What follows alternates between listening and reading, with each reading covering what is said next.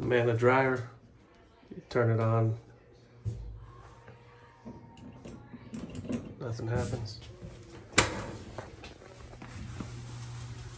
but the element's still on. Turn it off, the element cuts off. Let's dig in.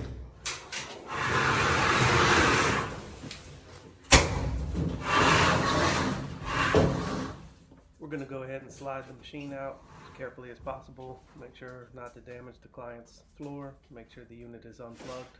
Go ahead and disconnect the dryer vent hose.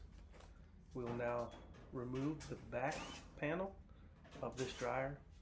This should allow us to access the heating element and all the fuses that are back there as well.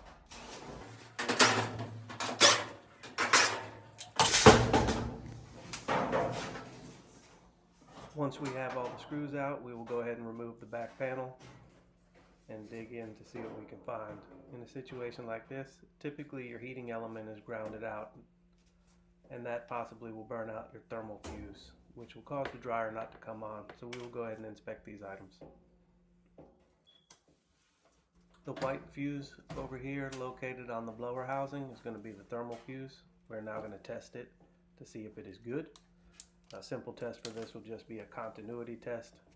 You should have it on your meter, multimeter, or something to that nature, and you'll just check this for continuity.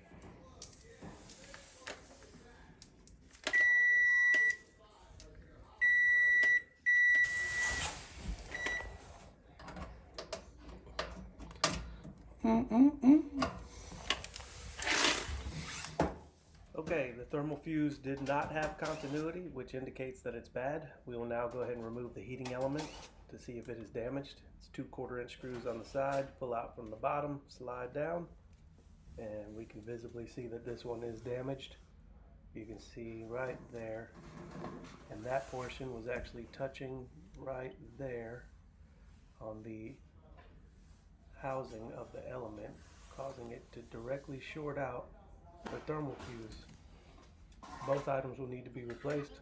We'll go ahead and change out the element first, install our new element, change out the fuse, put it back together, and see what we got.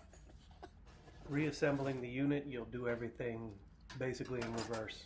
So you'll put the element back in, put the screws in, put the back panel on, put the screws in, and go from there once you've changed out the bad thermal fuse.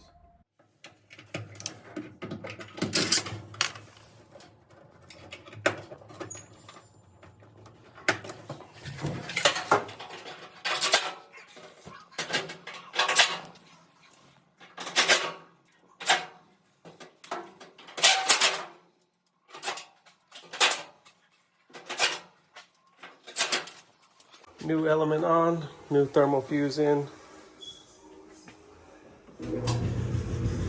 Back in action.